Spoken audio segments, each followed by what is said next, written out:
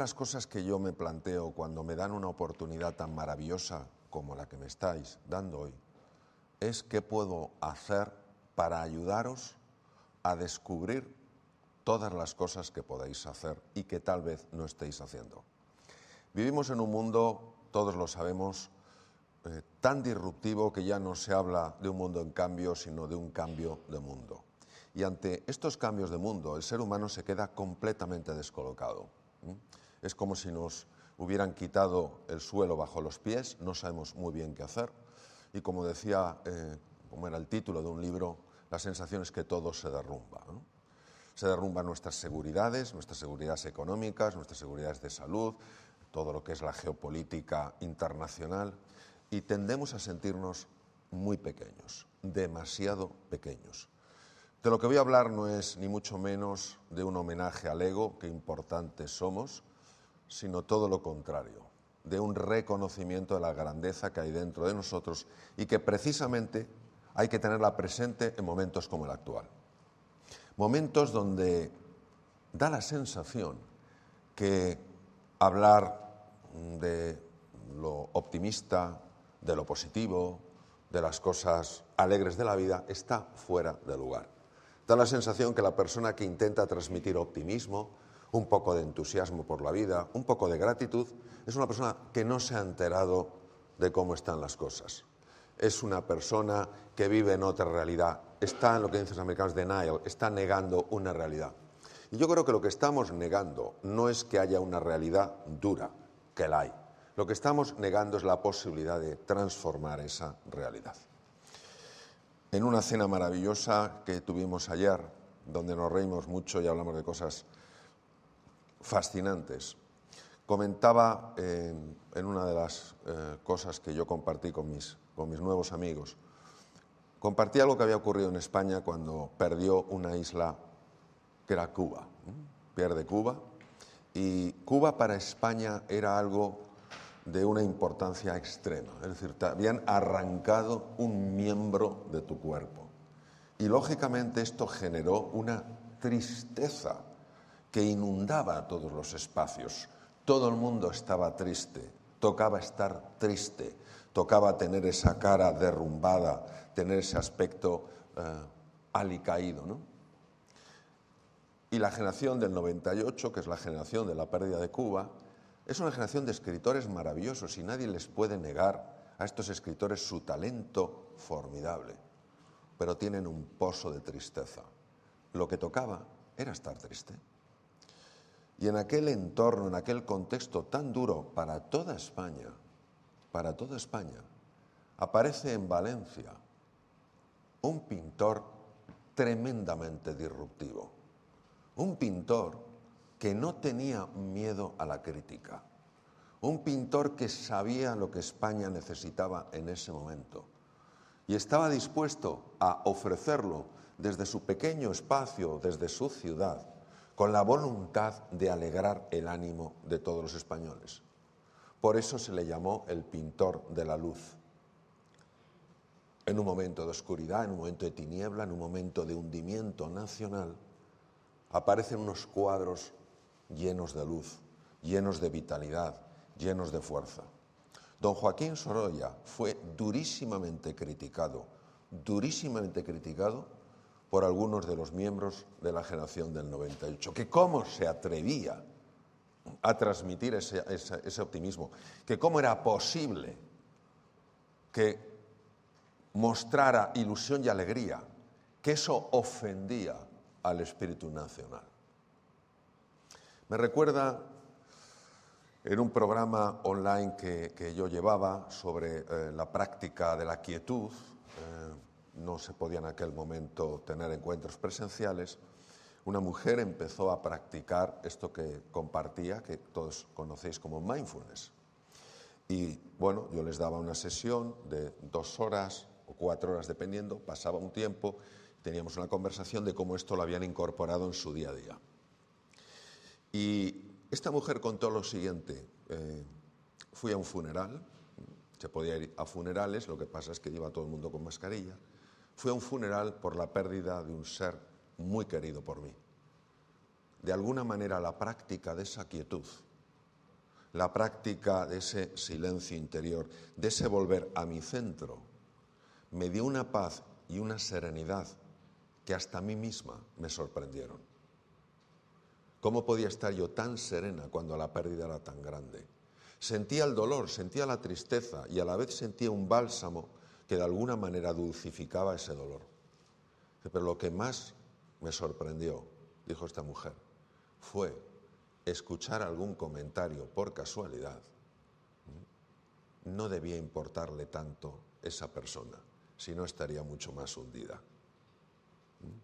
Entonces, ¿por qué os cuento esto? Os cuento esto porque lo fácil en estos momentos, en momentos de confusión, en momentos de irritación, en momentos de cambio tan profundo, lo fácil es tomar la posición de una víctima y anclarte en la queja, y anclarte en la protesta, y anclarte en la justificación. Mira, con la que está cayendo, mira, no sé qué tal cual. Y yo sé que eso es tentador, pero sí es tentador para todos, no para unos pocos, para todos. ¿Cuál es el problema? El problema ya lo definió muy bien Mahatma Gandhi, alma grande Gandhi. Dijo, cuando tú señalas a algo o a alguien con un dedo, hay tres que te señalan a ti.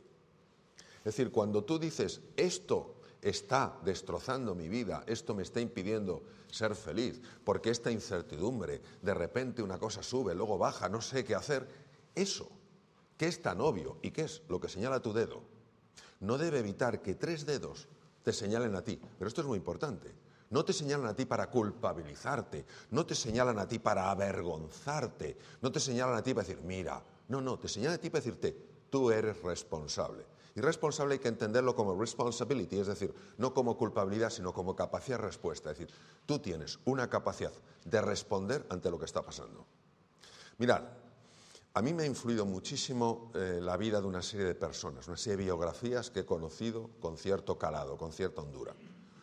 Y una de esas biografías que más me ha impresionado es la de una niña que nace hace muchos años en Tuscumbia, en Alabama. Una niña que nace sin ningún tipo de problema físico, mental, nada. Pero a los 3 meses la vida le manda una prueba muy dura. No sabemos exactamente lo que fue, por lo que hizo en esta criatura debió ser una meningoencefalitis. La niña enferma y el resultado es que se queda ciega, muda y sorda. Y uno se pregunta, vamos a ver, una persona que ya no ve, ella tenía unos 16 meses de edad, una persona que ya no ve y que ha visto y ya no ve, una persona que ha oído y ya no oye nada, ha entrado en una cámara insonora, el mundo es una cámara insonora, una niña que con 16 meses ya hablas, una niña ya dice palabras, ya no puede expresar nada, no puede decir papá, mamá, no puede decir nada. ¿Acaso una persona así no tiene todas las justificaciones del mundo para decir mi vida es una miseria y siempre lo será? Es más, la niña compró eso. Y los padres compraron eso. Cuando tú compras esto, solo queda algo, que es la lástima. Pobrecita, pobre de mí, pobre de nuestra hija. Los padres hicieron lo que pudieron intentando que aprendiera el lenguaje de los sordomudos a través del tacto, ya que ella era invidente. Pero la niña, en esta amargura, como ella le llamaba la noche oscura, en la que fue introducida por la vida, desarrolló una tremenda agresividad, una tremenda irritabilidad. Era conocido lo que hacían con algunos lingüistas que iban a enseñarle el lenguaje de los sordomudos, que guardaba ella agujas de ganchillo, empezaba a tocarles así, estos buenos profesores pensaban que estaba acariciándoles y lo que estaba era buscando un sitio que no estuviera protegido.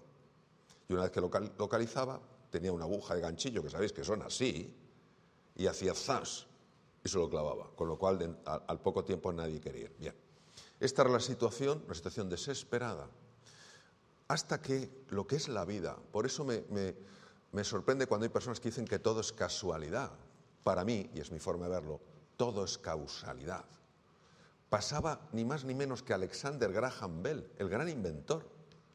Pero ¿por qué este hombre conocía a una familia en Tuscumbia, Alabama? Que en aquella época, imaginaros, iban con coches de caballos. pasa y pregunta por la niña, ¿cómo está Helen? Alexander, no tenemos nada que hacer, es un animal salvaje, es nuestra hija, nos da lástima, pero cuando nosotros muramos, ¿qué será de ella? Y Alexander Graham Bell solo les dijo una cosa: no abandonéis, no tiréis la toalla, nunca lo hagáis. Voy a hacer un paréntesis. Después de la Segunda Guerra Mundial, sobre todo de la batalla de Inglaterra, sabéis que Winston Churchill jugó un papel importantísimo para evitar que los nazis siguieran en su invasión de Europa. Cuando ya había terminado la guerra, Winston Churchill fue invitado a dar una conferencia a un colegio. Ya os podéis imaginar cómo estaría ese colegio lleno. A dar, pues eso, a lanzar un mensaje a jóvenes, profesores, familiares, a alguien que había sido nuclear en vencer a los nazis. Se acercó al micrófono y dijo exactamente esto. Está grabado. Nunca, nunca, nunca os rindáis. Y se fue. Había dicho todo lo que tenía que decir. Como me decía en el colegio, lo bueno, si breve, dos veces bueno. Cerramos paréntesis. Nunca tiréis la toalla, pero Alexander, ¿qué vamos a hacer si nuestra hija ya no tiene solución? Y él sugirió que llamaran a una persona que trabajaba en el Instituto Perkins para ciegos de Boston, una mujer que además tenía dificultades para ver, veía pero tenía dificultades. Dice, traeros a esa mujer, porque no conozco a ninguna otra persona que sea capaz de despertar un alma dormida. Se llamaba Annie Sullivan. Annie Sullivan va desde Boston hasta Tuscumbia, en Alabama, y está con Helen Keller 10 años. Por supuesto, Helen la pinchó, Helen la mordió, pero ella aguantó. ¿Cuál no sería la transformación que tuvo lugar en esta niña invidente, muda, sorda, que fue la primera mujer en la historia que en el año 2008 se graduó con honores por la Universidad de Harvard? Hoy en día podéis ir a Radcliffe, está en Cambridge, Massachusetts, enfrente de Boston, y pasear por los jardines donde esta mujer paseó. ¿Y por qué os cuento esto? Porque la entrevistó un periodista, claro, una mujer con estas limitaciones. Y en aquella época, donde era tan difícil que una mujer pudiera acceder a estudios superiores, y máximo en una universidad de más prestigio en los Estados Unidos, pues claro, llamó la atención. Y un periodista que conocía el lenguaje de los sordomudos a través del tacto, ya que ella no podía ver, le preguntó, señorita Keller, ¿hay algo peor en esta vida que ser ciego? Fijaos, qué pregunta. Y dijo, sí señor, es peor poder ver y no tener una visión, porque cómo ve usted el futuro determina cómo vive el presente. Su fe en el futuro es su fuerza en el presente. Y añadió lo siguiente, dice, yo soy una, solo soy una, no lo puedo hacer todo, pero sí puedo hacer algo. Yo jamás renunciaré a lo que puedo hacer. Este es el mensaje fundamental que quiero compartir con vosotros.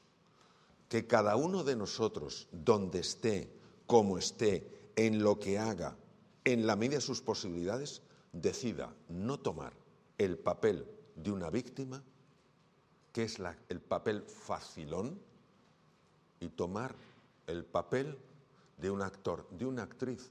No estamos hablando del actor más importante, actriz más relevante.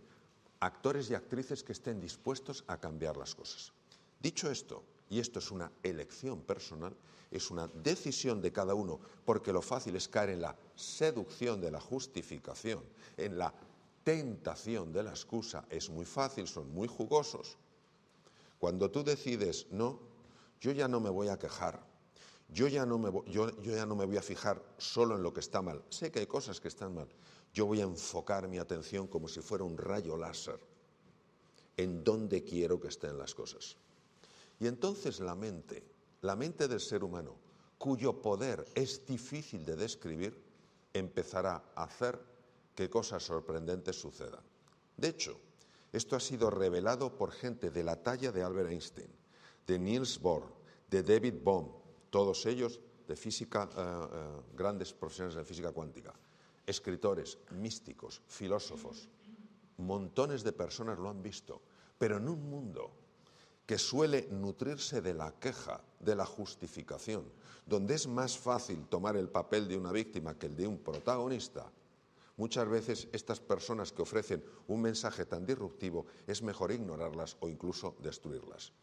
Pues Goethe dijo lo siguiente: a propósito de todas las iniciativas, hay una verdad elemental cuya ignorancia mata innumerables ideas y espléndidos planes. En el momento en el que uno se compromete de verdad, la providencia también lo hace. Toda clase de cosas comienzan a suceder, cosas que jamás habrían sucedido sin su previo compromiso. Todo un caudal de sucesos se pone en marcha con aquella decisión por medio de encuentros inesperados, recursos insospechados y ayuda material que nadie hubiera podido imaginar. Si sabes que puedes o crees que puedes, ponte en marcha, ponte en marcha. La audacia tiene poder y magia. Albert Einstein estudió este fenómeno, Albert Einstein es obviamente posterior a Goethe, y dijo lo siguiente: la separación que vemos entre el mundo interior y el mundo exterior es una pura alucinación de la consciencia. Es decir, si nosotros queremos tener un impacto positivo en el mundo, si no nos son indiferentes los demás, si no nos es indiferente la naturaleza, si no nos es indiferente, y la separación que vemos entre el mundo interior y el mundo exterior es una alucinación de la consciencia, quiere decir que si yo estoy bien por dentro, aunque no sea consciente de ello, algo en mi presencia va a irradiar una energía, llamémosle así, que va a hacer que el mundo exterior de alguna manera empiece a modificarse. Claro, esto supone tal nivel de empowerment, de empoderamiento en la persona, porque claro, cuando uno se tiene que nutrir de excusas, tiene también que considerarse sumamente pequeño, sumamente pequeña, para que esas excusas tengan un cierto peso. Entonces tienes que arrebatarte ese poder interior. En el momento en el que tú recuperas ese poder interior y te das cuenta de que cuando tú te mueves, el universo se mueve contigo, ya dices, oye, hay más cosas que puedo hacer. Entonces yo os voy a decir lo que se sabe desde la ciencia, desde la medicina, desde la neurociencia, desde la física y desde la metafísica, que nos ayuda a estar mejor. Y que si nosotros hacemos esto por las mañanas, empezamos a entrenarnos, a cambiar pequeños hábitos, a ilusionarnos con esa transformación, hasta nuestras propias células, y no hablo metafóricamente, hablo literalmente, van a empezar a cambiar. En el ser humano hay 3 dimensiones. A unos les parece mejor, a otros peor. Es innegable que existen esas 3 dimensiones, incluso desde el punto de vista científico. Una de ellas claramente se puede pesar y medir. Pertenece a lo que se llama la res extensa, como la definió René Descartes en el siglo XVII. Es el cuerpo. Todos tenemos un cuerpo. Y negar la existencia de un cuerpo, o querer destruir el cuerpo, o pensar que el cuerpo es un obstáculo, es un grave error que casi le lleva a Gautama Buda, al famoso Buda, a la muerte, porque inicialmente consideró que el cuerpo era la cárcel del alma, un poco en la línea de Platón, de hecho son más o menos de la misma época. El cuerpo es fundamental para que tú estés bien e irradies eso. Hablaremos del cuerpo. Hay 2 elementos que pertenecen a la res cogitans de Descartes, lo que no se puede pesar ni medir, y no por eso deja de existir. Hay ondas de radio, ondas de televisión, no las vemos, pero no por ello dejan de existir. Y dentro de la res cogitans hay 2 dimensiones, la dimensión mental y la dimensión espiritual. Cuando nosotros entretejemos, entrelazamos la dimensión física con la dimensión mental y la espiritual, el resultado es un ser humano. Tú quitas el cuerpo a un ser humano y no es un ser humano. Tú le quitas la mente a un ser humano y no es un ser humano. Le quitas el espíritu a un ser humano y no es un ser humano. Es como un tapiz hecho de 3 hilos. Quitas uno de los hilos y ya no puedes reconocer la figura en el tapiz. Entonces os voy a decir de forma muy sencilla y conectada con lo que hemos visto, qué necesitamos hacer a nivel corporal, a nivel mental y a nivel espiritual para generar las condiciones internas que nos ayuden a salir de víctima a protagonista, entendiendo no como tributo al ego, sino como personas capaces de influir para la mejora de la sociedad. ¿Qué podemos hacer en estas 3 dimensiones? Y si lo hacéis, aunque sea de una forma sencilla, aunque muchas veces lo hagamos de una manera discontinua, si lo tenéis presente y poco a poco lo vais afianzando, vais a notar cambios, no digo ya en vosotros, alrededor de vosotros. Lo que no vais a saber es que esos cambios proceden de vosotros, porque tiene que ver con cómo funciona el inconsciente. Y por su propia definición, el inconsciente es aquello de lo que no somos conscientes. Vamos a hablar de la res extensa. Extensa porque se puede medir, tiene una extensión, se puede pesar y medir. El cuerpo. ¿Qué sabemos hoy que necesitamos hacer todos para estar bien a nivel corporal? Y son 4 cosas, pero 4 cosas con un impacto tremendo. Y lo que voy a hacer yo es conectar cada dimensión con las otras, para que no las veamos en sentido puramente tradicional. Bueno, yo tengo que hacer ejercicio para tener bien el corazón. Vamos a ver. Primero, la postura tiene una importancia extrema. Hombros caídos, hombros elevados, rostro tenso, mirada baja, cuerpo encorvado, cuello tumbado, son leídos instantáneamente por áreas del cerebro que generan el tipo de sentimientos propios de una persona que se siente insuficiente para hacer frente a los desafíos. Es decir, no es que el sentimiento lleve a ese cuerpo, es que el cuerpo lleva a ese sentimiento. Esto, que es, hoy en día tiene un glamour espectacular, ya fue descrito ni más ni menos que por el grande entre los grandes de la psicología anglosajona, el profesor norteamericano William James, catedrático de psicología en la Universidad de Harvard y que murió en 1910. Fijaos lo que dijo: atrévete a pesar de tu miedo y te sentirás valiente. No dijo cuando te sientas valiente, atrévete. No, dijo atrévete a pesar de tu miedo y te sentirás valiente. Y luego tiene una frase que dice: el pájaro no canta porque es feliz porque canta. Fíjate, es la acción la que te lleva a la emoción. Hoy sabemos perfectamente que cuando el cuerpo se protege, automáticamente empieza a liberarse en la sangre cortisol. Yo llevo hablando del cortisol, no sé, 20 años. El cortisol es una hormona imprescindible para la vida, siempre que siga los ritmos circadianos, circadía alrededor del sol. Pero cuando el cortisol sigue una pauta anormal, ataca todos los órganos del cuerpo, por ejemplo, las propias neuronas.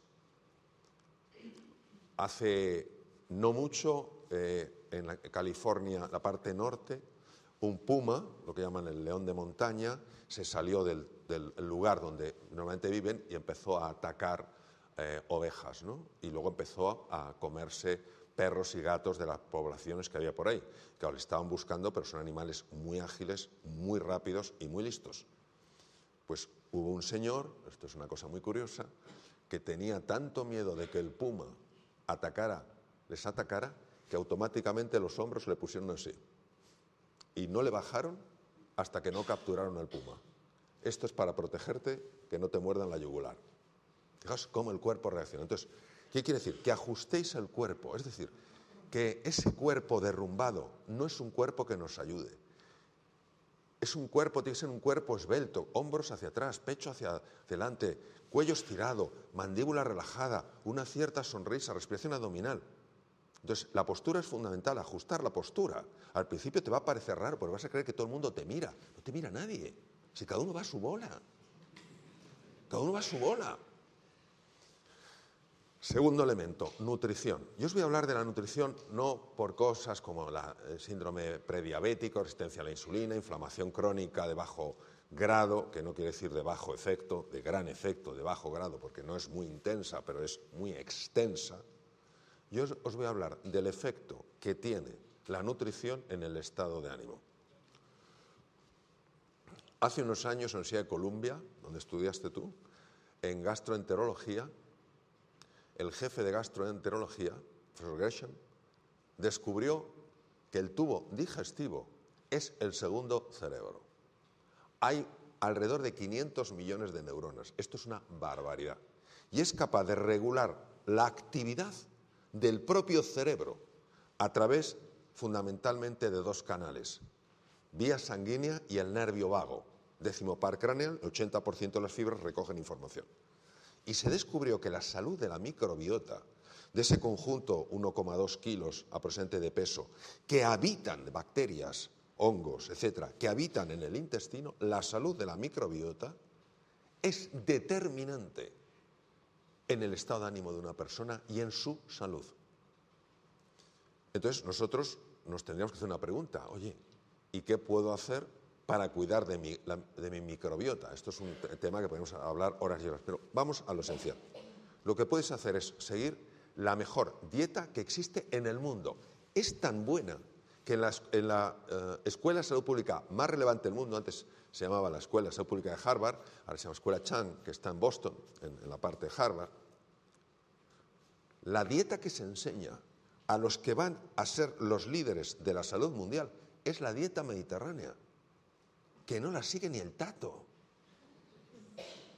Yo una vez en Colombia dije, no la sigue ni el tato, y una persona me preguntó, ¿quién es el tato? Y le dije yo, no, el tato no existe. Hasta que di una conferencia en Sevilla, dije eso, y se me acerca un señor y dice, yo te voy a invitar a ti a cenar. Digo, ¿por qué? Dice, porque me has nombrado. Digo, ¿a ti? Dice, sí, soy el tato. Es un exmatador y resulta que tiene un pariente muy lejano que también era el tato. Digo, encima, yo diciendo que no hay, y hay dos, ¿no? Entonces, la dieta mediterránea es fundamental para la microbiota. ¿Y qué tiene? Una abundancia de vegetales y una tremenda limitación de azúcar. Tremenda limitación de azúcar. Entonces, esto ni mucho menos va en contra de los postres, va en contra del consumo excesivo de azúcar. Y según la OMS, tan criticada en muchos aspectos, es aproximadamente 36 gramos al día. Mirad algunos envases de cosas y una cosa que a lo mejor te parece que es eso, tiene 40 gramos. Tenemos que tener ojo con esto. Nutrición. El tercer elemento es el ejercicio físico. Yo no os voy a hablar del ejercicio físico porque sea bueno para el corazón. Yo os voy a hablar del ejercicio físico porque cambia el estado de ánimo. ¿Y cómo es posible que el ejercicio físico pueda cambiar el estado de ánimo? Pero los que hacen o hacemos ejercicio físico sabemos que es así. Porque cuando tú haces ejercicio físico pasan cosas en el cerebro. El cerebro empieza a liberar lo que se llama BDNF, Brain Derived Neurotrophic Factor, factor derivado del cerebro. Y eso favorece que se formen nuevas neuronas a partir de células madre y nuevas conexiones. Fijaros lo que es eso. Moviendo el cuerpo estás cambiando la citoarquitectura del cerebro. Porque durante el ejercicio físico liberas IGF, factor proinsulínico, que está demostrado que reduce las posibilidades de padecer un Alzheimer. Y porque durante el ejercicio físico liberas VEGF, factor de crecimiento endovascular, que hace que se formen nuevos vasos sanguíneos, con lo cual las neuronas tienen mayor o mejor nivel de nutrición. El ejercicio físico, que no quiere decir que te apuntes a un gimnasio, quiere decir que nos movamos. El sedentarismo se carga el organismo. La persona sedentaria es más irritable. Hay que moverse, hay que dar paseos. Mirad que no tenemos aquí una naturaleza espectacular. Guerra al pijama, salvo cuando vayas a dormir. Hay que salir, hay que moverse. Y luego voy a hablar del sueño. Cuando era jovencito, iba por Madrid y vi un cartel, lo he hecho en muchos sitios, de una bebida alcohólica, que todavía lo recuerdo con espanto. La noche es larga. Ya dormirás bastante cuando te mueras. Os voy a dar unas pinceladas sobre el sueño. Número 1. Todos tenemos que dormir mínimo 7 horas. Solo hay un 2% que se salva. Y lo sé porque estuve con el máximo experto en el mundo. Yo estaba en un hospital, estaba enfrente, en el Peter Ben Brigham, el jefe de neurofisiología, catedrático de la Universidad de Neurofisiología. 98% de las personas tenemos que dormir mínimo 7 horas. Yo sé que hay momentos cuando tienes niños pequeñitos, en fin, los médicos que os voy a contar, urgencias, cirugía, bien, pero en general. Porque durante el sueño pasan cositas. Primera cosita que pasa, se abre el sistema linfático, no linfático, que todos conocemos, sino linfático. Fue descubierto en 2015 en los Estados Unidos, sistema linfático propio del cerebro para eliminar sustancias tóxicas cuya acumulación favorecen enfermedades degenerativas como el Parkinson o el Alzheimer. Toma ya, y es durante el sueño. Durante el sueño se libera melatonina. La melatonina mucha gente cree que es solo para quedarte dormidito. No, la melatonina activa por la noche los genes PER1, PER2 y PER3, los cuales evitan que haya mutaciones cancerosas. Durante el sueño el sistema parasimpático, el sistema de recuperación del cuerpo, se activa, con lo cual los tejidos mejoran. Se libera hormona del crecimiento. Claro, dicen, oye, yo ya no voy a seguir creciendo. No, pero es que la hormona de crecimiento no solo sirve para crecer cuando eres un niño, la hormona de crecimiento sirve para reparar los tejidos. O sea, fijaros la importancia que tiene el sueño. Yo a veces lo digo, vamos a ver, la evolución, vamos a pensar en términos darwinianos, la evolución. ¿Consideramos que es inteligente o no es inteligente? Y todo el mundo diría, pues sí, es inteligente. Pero claro, de aparecer una célula en el océano a lo que vemos ahora, la belleza de los animales, los seres humanos, tiene que ser inteligente. Bien. A la evolución, ¿qué le interesan? 3 cositas, solo 3. Primero, que comas para que no te mueras de hambre. Número 2, que puedas correr, que puedas escapar si hay un depredador. Y tercero, que te reproduzcas. Si la naturaleza es inteligente, ¿cómo nos va a dejar 8 horas sin tener capacidad de comer? Porque estoy por ver a alguien que esté dormido y esté comiendo. Número 2, nos deja 8 horas sin capacidad de escapar. Estoy por ver a alguien que esté durmiendo y esté escapando. Y desde luego hay que ser un verdadero campeón para estar durmiendo y estar reproduciéndose.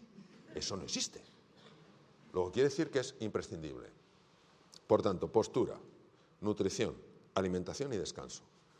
Cerramos la res extensa. Y esto lo podemos hacer todos, aunque sea darse un paseito de 5 minutos y afecta a tu estado de ánimo, aunque sea en un momento determinado de decir, no, hoy tengo que comer más vegetales, hoy tengo que hacer tal, hoy no puedo seguir viendo tablets o móviles de emisión de luz azul porque va a interferir por la noche en la liberación de melatonina. Y poquito a poco vas ganando terreno. La libertad, queridos, es una conquista diaria, ¿vale?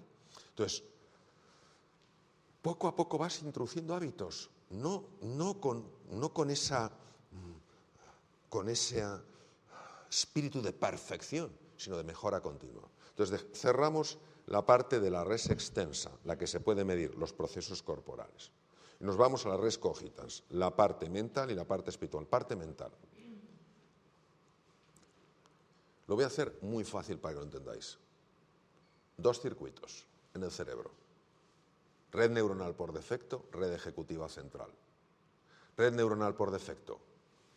La cabeza siempre al pasado o al futuro. Al pasado para avivar resentimientos, rencores, lamentos, culpas, vergüenzas. Al futuro para traerse angustias de lo que vendrá. Esa es la red neuronal por defecto, que es donde estamos normalmente.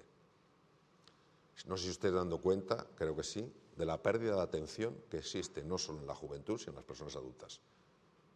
O sea, hoy como el búho, aprende y dice, no, pero hay que ver cómo se fija. Dejas la cara puesta y el resto te la has llevado. Por eso es tan importante activar la otra red, la red ejecutiva central, estar en la aquí y en la ahora. Que estás con tus hijos, no pensando en el trabajo. Oye, Mario, es que no puedo evitar pensar en el trabajo, ya lo sé. Lo que sí puedes hacer es tomar responsabilidad y volver a tus hijos. Y conforme más vuelvas al presente, más desarrollarás el músculo de la atención, que además tiene determinadas estructuras cerebrales asociadas a ese músculo, ¿no? Y es un entrenamiento constante. Pero es que lo que se ha demostrado es que la red ejecutiva central, la que te permite estar en el aquí y en el ahora, lo que hace es que captas mucho mejor los datos que están sucediendo, porque estás estás más atento, estás más atenta, procesas mejor la información, pero es que además mejora la salud. La mente que divaga es una mente infeliz. La mente centrada es mucho más feliz. Por eso la práctica del mindfulness es una práctica que se está extendiendo tanto en colegios, en universidades, en centros de salud, en hospitales, en universidades, en centros de investigación, por ejemplo, en Silicon Valley, etcétera, etcétera, en todas partes. ¿Por qué? Porque si no estás atento, si no estás presente, estás ausente. Y si estás ausente y eres incapaz de leer el presente, ¿cómo te vas a preparar para el futuro? Cerramos de manera resumida la parte res cogitans que corresponde a la mente y ahora nos vamos a la dimensión espiritual que tampoco se puede pesar ni medir. ¿Esto en qué consiste? Consiste en ser capaz de incluir a la otra persona en tu vida, a que no te sean indiferentes los sentimientos de los demás, a que no te sea indiferente su estado de ánimo, a que no pensemos solo y únicamente en nosotros. Cuando somos conscientes de que nuestra mejora va a ayudar a otras personas a mejorar, ¿puede haber un propósito más bonito en la vida? ¿Cómo podemos nutrir esa dimensión espiritual? Ha sido muy investigado, por ejemplo, ni más ni menos que por la Clínica Mayo en Rochester, considerada todavía la mejor clínica del mundo, en un sitio inhóspito, en Minnesota. Bien, primero, la gratitud. La gratitud.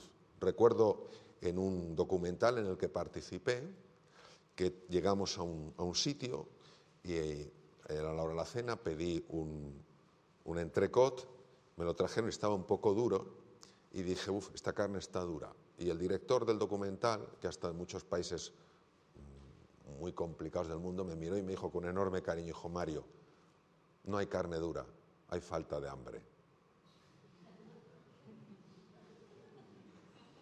Aquello que para mí era un problema hubiera sido el sueño para el 90% de la población mundial.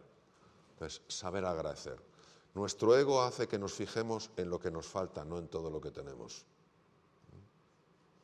Y esto es importantísimo, la gratitud. La Clínica Mayo ha estudiado mucho el efecto de la gratitud en el cuerpo y es espectacular. Es decir, acuéstate agradeciendo algo. Seguro que hay algo en tu vida que puedes agradecer. Y despiértate agradeciéndote algo. Tengo un amigo que tiene una fundación en una isla en África, donde mueren paludismo, sida, etc.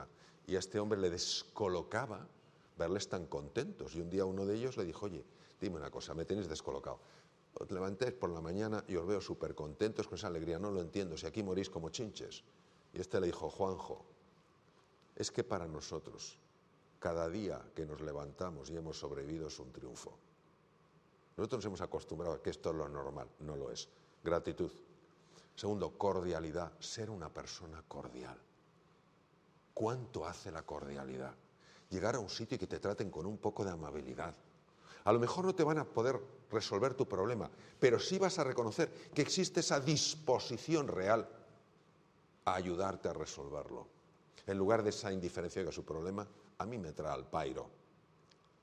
Tercer lugar, compasión. Compasión, ¿por qué? Porque todo el mundo lleva sus heridas. Eso no quiere decir que esas heridas no tengan sus consecuencias cuando llevan a actos inapropiados, pero quiere decir que es más importante que ver la mancha, ver la herida. Porque si ves la mancha, si ves la herida y no te es indiferente, por lo menos intentarás no ampliar la herida. Es la empatía y la compasión. El contacto con la naturaleza. Una de las razones por las que tratamos tan mal la naturaleza es porque nos vemos separados de ella. Es como si un árbol se creyera separado del bosque. ¿Sabéis que hay árboles sanos que alimentan a través de hongos a los árboles enfermos? Imaginaros un árbol que no, yo me las basto por mí mismo. No, tú dependes de la salud del bosque. Entonces, ese contacto con la naturaleza. Y luego, muy importante también, ese saberse rendir a que todos necesitamos ayuda. que no es motivo de vergüenza pedir ayuda y dejarse ayudar. La humildad es una cualidad profundamente espiritual, porque todo lo que ayude a trascender el ego, todo lo que ayude a ir más allá de eso es espiritual. Entonces, ya termino para que podamos tener un bonito coloquio. Lo que os quiero decir es esto.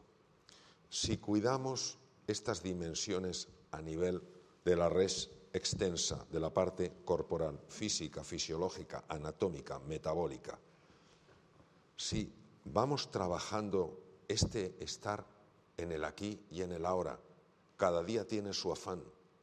No dejarnos llenar de angustia por lo que vendrá en el futuro, si el futuro lo creamos entre todos, por favor. Ni dejarnos abrumar por los errores del pasado, ¿quién nos los ha cometido? Y si ponemos en nuestra vida esta cordialidad, esta gratitud, esta empatía, esta compasión, esta capacidad de perdón y este contacto con la naturaleza, nosotros en ese momento ya hemos abandonado el papel de víctima, hemos tomado el papel de protagonista de una nueva historia. De una historia que sin duda, a medida que se vaya desplegando, hará que este mundo del que previamente solo nos quejábamos, se convierta en un mundo que todos celebremos. Muchas gracias, queridos.